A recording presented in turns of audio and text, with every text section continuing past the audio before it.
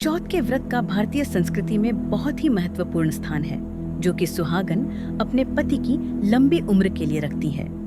चौथ का व्रत महज एक व्रत नहीं है, यह एक सूत्र है विश्वास का कि पति हमेशा साथ रहेंगे, उनके जीने का कि उनका साथ कभी नहीं छूटेगा। तो चलिए शुरू करते हैं चौथ के व्रत की बुढ़िया माई की कहानी। एक गांव में एक माँ बेटा रहते थे। कान्हू बेटा गाय चराकर अपना जीवन यापन करता था। उसकी माँ चतुर्थी व्रत किया करती थी। भाद्रपद चतुर्थी के दिन वह 5 चूरमे के लड्डू बनाकर एक लड्डू चौथ माता को, एक गणेश जी भगवान को, एक लड्डू ब्राह्मण को देती, एक बेटे को खिलाती और एक स्वयं ग्रहण करती। एक दिन पड़ोसन ने बुढ़िया के बेटे को सिखा दिया कि तू इतनी मेहनत करता है और तेरी माँ चूरमा बना बनाकर बांटती है और तुझे सिर्फ एक लड्डू ठंडी रोटी खिलाती है। लड़का पड़ोसन की बातों में आ गया और अपनी माँ से बोला, माँ, ठंडी रोटी खाकर मेरे से गायें नहीं चराई जाती, तुम चौथ माता का व्रत करना छोड़ दो। तब माँ बोली, बेटा, मैं तो तेरी सुख शांति के लिए चौथ माता का व्रत करती हूँ, मैं चौथ माता का व्रत करना नहीं छोड़ सकती। बेटे ने कहा, मैं प्रदेश जाऊंगा। तब माँ बोली, बेटा, ये चौथ माता की आंखें अपने पास रख ले। यदि तुम पर कोई संकट आए तो चौथ माता का नाम लेकर इन्हें पूर देना, तुम्हारा संकट टल जाएगा। लड़का प्रदेश जाने लगा। रास्ते में एक नदी आई। कोई रास्ता दिखाई नहीं दे रहा था। उसने आंखें हाथ में लेकर चौथ माता गणेश जी का ध्यान किया और चौथ माता की कृपा से नदी के से बीच में से रास्ता निकल गया। आगे चला, घना जंगल आया। कोई रास्ता नहीं सूझ रहा था। उसने चौथ माता का ध्यान कर आंखें पूर दिए और रास्ता मिल गया। आगे चलकर वह एक नगरी में पहुंचा। उस नगरी के राजा के यहाँ एक बर्तनों का अहाव पकता था, जिसमें एक आदमी की बलि दी जाती थी। वह लड़का एक बुढ़िया के घर पहुंचा तो देखा बुढ़िया रो रही है। उस लड़के ने पूछा, हे बुढ़िया माई, तुम क्यों रो रही हो? तब वह बुढ़िया बोली, मेरे एक ही बेटा है और कल अहाव में बलि चढ़ने की उसकी बारी है।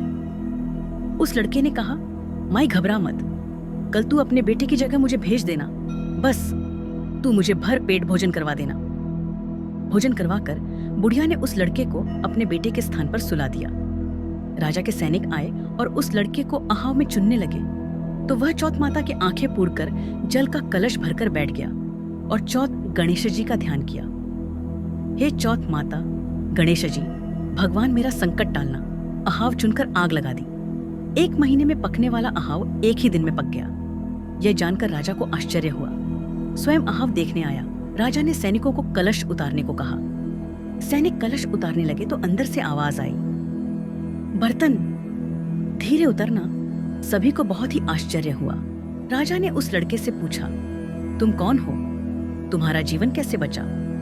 तब उसने कहा, मैं वही हूं जिसको अहाव में चुना गया। मेरी माताजी चौथ माता का व्रत करती हैं। चौथ बिंदायक जी ने मेरी रक्षा की है। तब राजा को विश्वास नहीं हुआ।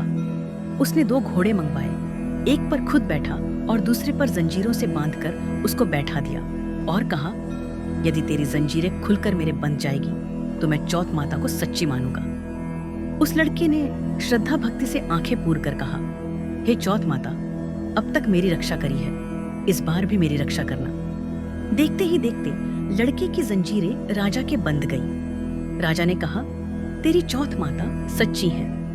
राजा ने अपनी कन्या का विवाह उस लड़के से कर दिया। बहुत सारी धन संपत्ति देकर विदा किया।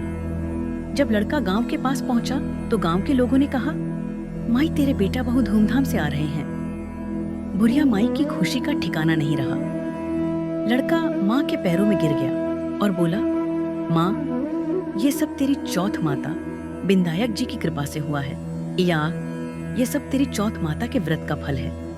सारी नगरी में कहलवा दिया कि सब चौथ विनायक जी का व्रत करेंगे। हो सके तो 12 महीने की नहीं तो 4 चौथ का व्रत तो सबको अवश्य करना चाहिए। हे चौथ माता, जिस प्रकार उस लड़के की रक्षा करी वैसे सबकी रक्षा करना। जय बोलो चौथ माता की जय। जय बोलो गणेश जी भगवान की जय।